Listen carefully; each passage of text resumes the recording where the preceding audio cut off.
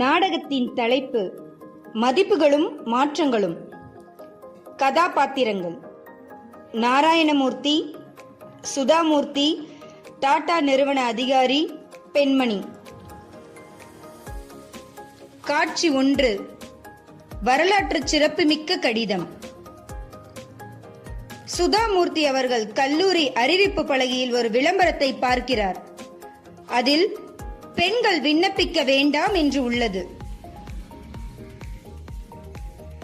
என்ன அநியாயம்! திறமைக்கு தான் முக்கியத்துவம் தர வேண்டுமே தவிர பாலினத்திற்கா? இதை நான் சும்மா விடமாட்டேன். நீ என்ன செய்ய போகிறாய் சுதா?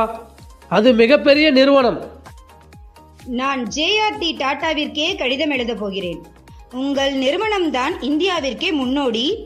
ஆனால் பெண்களை வேலைக்கு எடுக்க மறுப்பது ஏன் என்று கேட்கப் போகிறேன். காட்சி 2. நேர்முக தேர்வு. சுதாவிற்கு டாடாவிலிருந்து அழைப்பு வருகிறது. அவர் தைரியமாக சென்று பேசுகிறார். பெண் என்பதால் தொழிற்சாலையில் வேலை செய்வது கடினமாக இருக்கும் என்றுதான் அப்படி சொன்னோம். எங்காவது ஒரு பெண் தொடங்கி வைக்கவில்லை என்றால் பெண்கள் எப்படித்தான் முன்னேறுவார்கள்? எனக்கு ஒரு வாய்ப்பு கொடுங்களேன். அதிகாரிகள் வியந்து அவருக்கு வேலை தருகிறார்கள். இந்தியாவின் முதல் பெண் பொறியாளராக டெல்கேவில் இணைகிறார். காட்சி 3. இன்ஃபோசிஸ் முதல் அலுவலகம். நாராயணமூர்த்தி தனது நண்பர்களுடன் ஒரு சிறிய அறையில் அமர்ந்து வேலை செய்கிறார். சுதா அவர்களுக்கு உணவு கொண்டு வருகிறார். சுதா, உன்னுடைய 10,000 ரூபாய் முதலீடு இப்போது ஒரு பெரிய ஆலமரமாக வளர தொடங்கிவிட்டது. ஆனால் நீ இப்போது நிறுவனத்தை விட்டு விலகி குடும்பத்தை கவனிக்க வேண்டும் என்று விரும்புகிறேன். காட்சி 4. எளிமையின் உச்சம்.